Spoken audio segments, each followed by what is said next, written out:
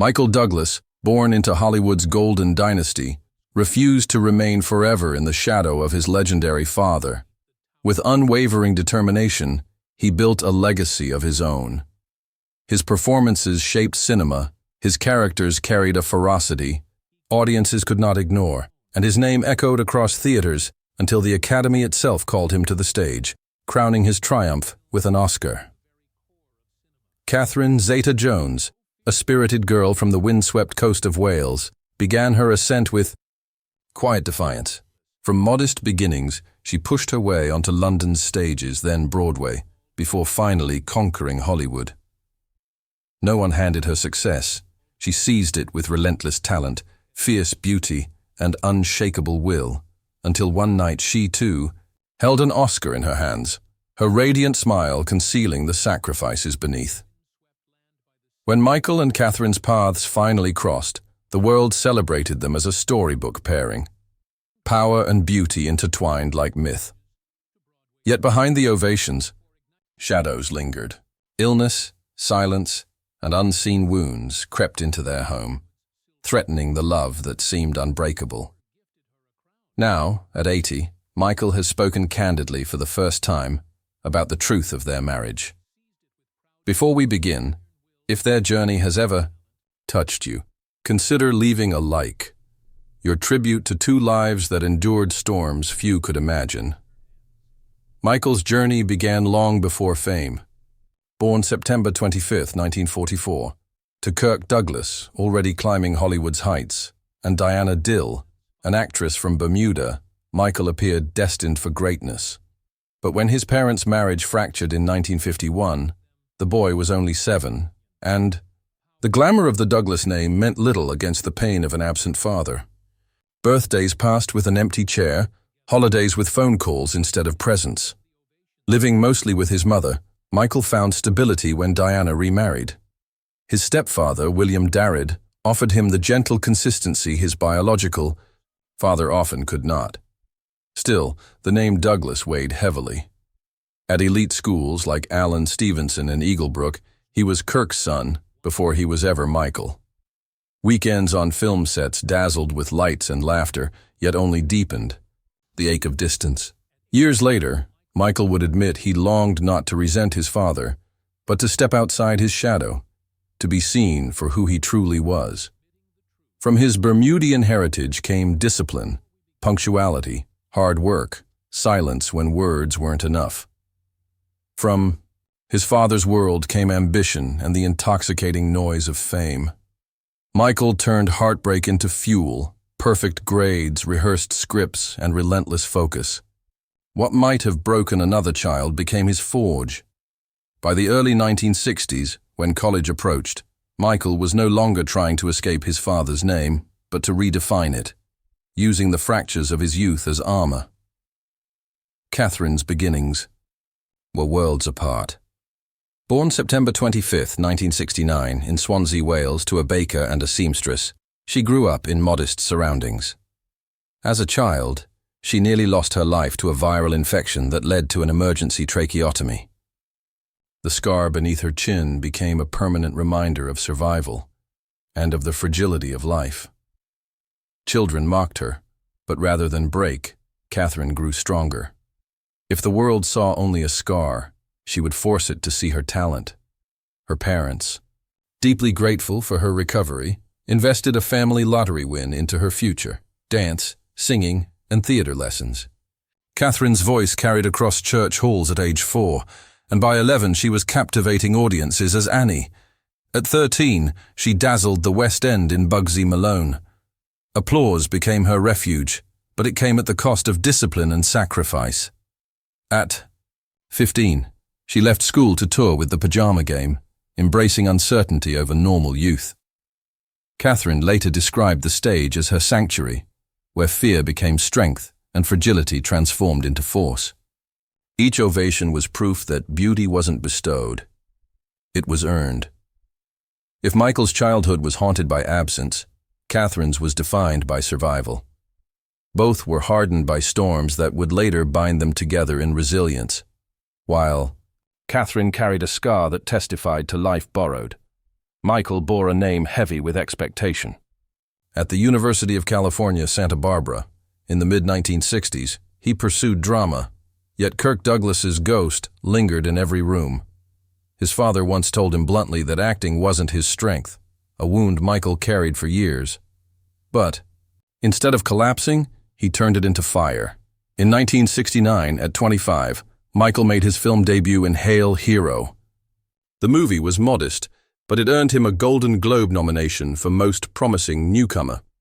Still, critics whispered it was only the family name that opened doors. Determined to prove them wrong, he chose gritty roles in Adam at 6 a.m., 1970, and Summertree, 1971, scripts with moral weight rather than glamour. Soon, television beckoned, and with it came the breakthrough that would finally allow him to step out from his father's shadow. The Streets of San Francisco. From 1972 to 1976, Michael Douglas appeared week after week in the streets of San Francisco. Each episode was more than just a role. It was a test, a proving ground where the weight of his father's shadow pressed down like stone. 3 Emmy nominations during those years weren't just trophies. They were lifelines. Proof that his talent had a voice of its own, one that could finally shout louder than lineage. But the defining fracture and the moment of healing came. In 1975, at only 31, Michael produced One Flew Over the Cuckoo's Nest, a project his father had long dreamed of but failed to bring to life. When the film swept the Academy Awards, winning 5, including Best Picture, the industry gasped. The son had succeeded where the father had stumbled. It was victory carved from silence, triumph laced with irony. For Michael, it was both vindication and betrayal, a crown forged from the very wound that once belittled him. From there, his rise became unstoppable. The China Syndrome, 1979, rattled America with its chilling timeliness. Romancing the Stone, 1984, gave him rugged charm and mass affection.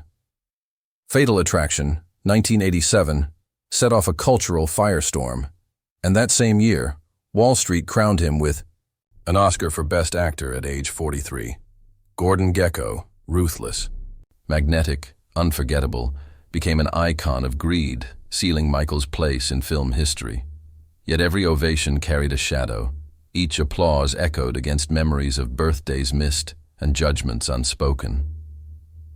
Through the War of the Roses, 1989, and Basic Instinct, 1992, Michael refused the safety of predictable roles. His career choices weren't just performances, they were exorcisms. Every script was another stone in the fortress he built from rejection, defiance, and a vow whispered in silence. He would not only inherit a dynasty, he would expand it until no one mistook who Michael Douglas truly was. While Michael claimed his place through daring roles, Catherine Zeta-Jones was confronting Hollywood's cruelest irony, that the beauty that opened doors could also lock her in. She had already survived storms that made resilience her first triumph. By 13, she lit up the West End in Bugsy Malone. At 15, she made the terrifying choice to leave school and tour with the Pajama Game. Youth surrendered to the discipline of the stage. Catherine armed herself with grit and sacrifice. But cinema met her with indifference. Her early leap into film, Les 1001 Nuits, 1995, collapsed critically, leaving her adrift and doubting whether she had traded her youth for a future that would never fully arrive. Salvation came through television, where The Darling Buds of May, 1991-1993, made her a household name. As the vibrant Mariette, she charmed audiences, but that charm became a curse. The label of TV beauty clung to her, and she feared it would strangle her ambition.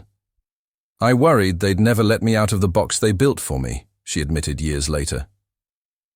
Hollywood did little to ease her fears.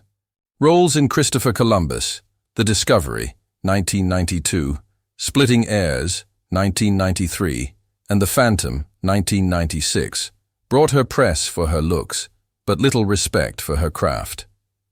Directors saw a pretty face when Catherine longed to show her fire. It was stifling, a golden cage disguised as opportunity. For many, It would have been enough to surrender, but Catherine turned the sting into fuel. She vowed that her rise would not be ornamental. It would be carved from scars and discipline. That chance came unexpectedly when Steven Spielberg noticed her in the Young Indiana Jones Chronicles and later in the miniseries Titanic, 1996.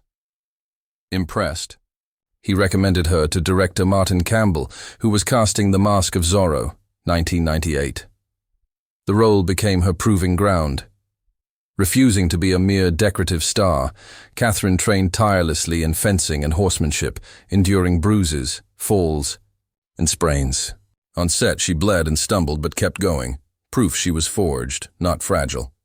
When Zorro exploded worldwide, audiences finally saw her not just as a beauty, but as a force. Entrapment, 1999, proved she could match Sean Connery beat for beat. Traffic 2000 silenced critics with her dramatic depth. And in 2002, Chicago crowned her climb with an Academy Award for Best Supporting Actress. Even more extraordinary, she won while heavily pregnant with her daughter Karis, pushing through rehearsals and performances with a resilience that stunned colleagues. Later she would say, "I never wanted it handed to me. I wanted to earn." From 1972 to 1976, Michael Douglas carried the crushing weight of expectation. Each week on the streets of San Francisco, he felt the pressure of proving he was more than just Kirk Douglas's son. When 3 Emmy nominations arrived, they weren't just accolades, they were lifelines, evidence that his work could speak, louder than his lineage.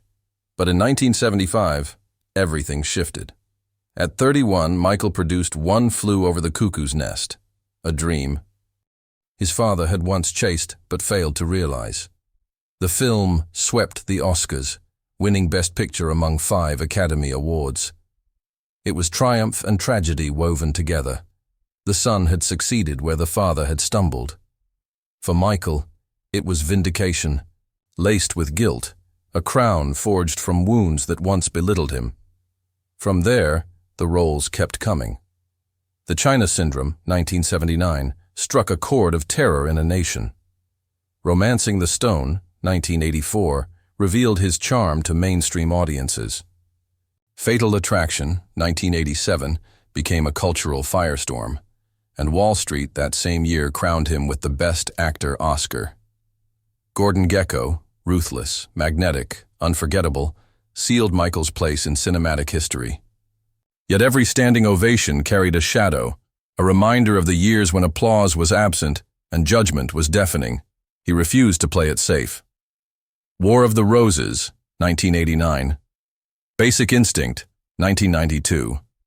Each daring choice felt like exorcism, stones, laid into the fortress he was building out of rejection and defiance. Michael wasn't inheriting a dynasty.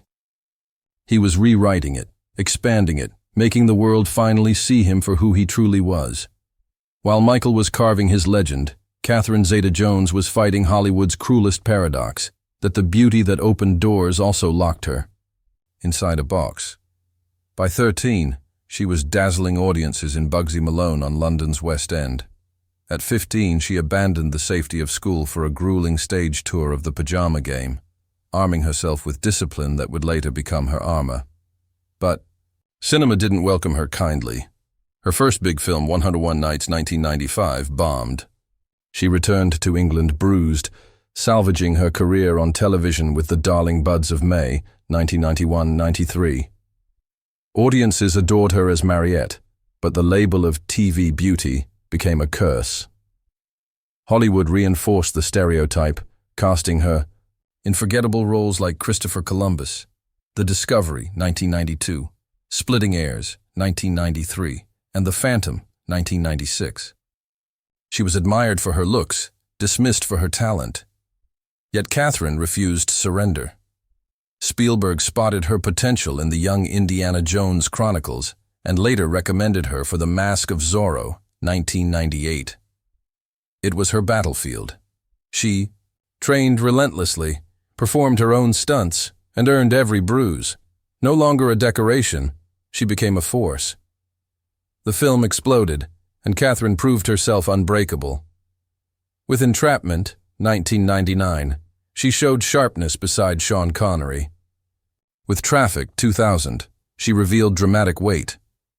And in Chicago, 2002, she achieved the ultimate victory, an Academy Award earned while heavily pregnant with her daughter, Karis.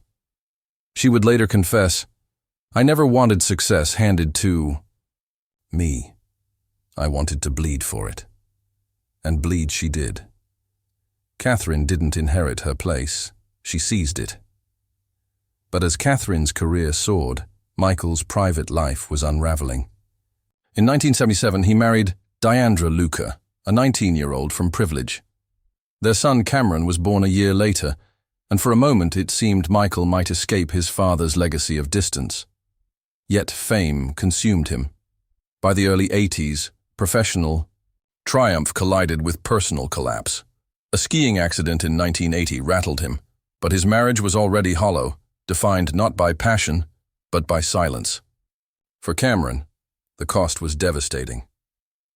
Michael would later admit his greatest regret was watching his son drift, trapped in the same cycle of absence he had endured. By 2000, after 22 years, the marriage ended in divorce. For Michael, it wasn't money that stung, but the failure of 2 decades where love had no voice. Catherine, meanwhile, had her own scars. Her early romance with TV presenter John Leslie soured under control and jealousy.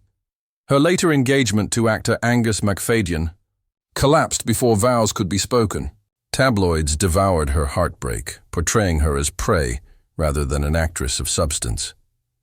"I wanted to be known for my work," she said, "not for who they thought I was with." 2 wounded hearts, his fractured by silence, hers scarred by betrayal, finally crossed paths in 1998 at the Deauville Film Festival. He was 53, she was 28.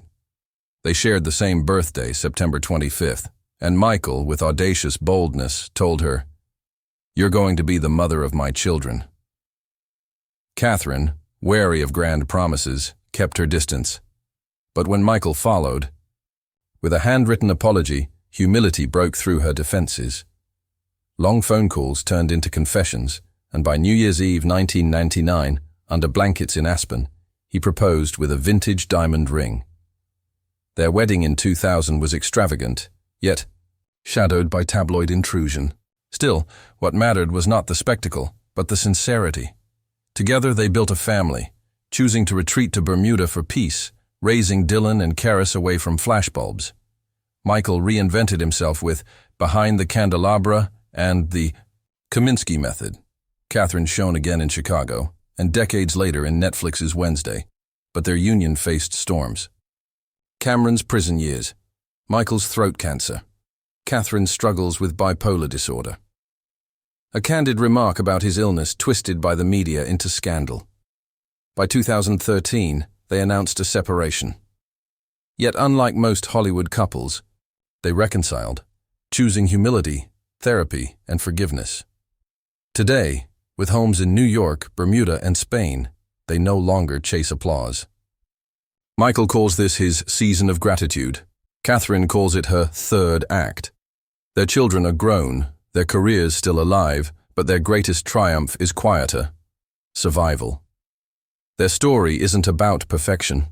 It's about persistence. It's about 2 people who refuse to surrender, who learned that real love isn't built in the spotlight. It's built in kitchens, gardens, and whispered apologies. And maybe that is their greatest legacy, not their Oscars, not their fame, but the reminder that even flawed, fractured families can find their way back to the light.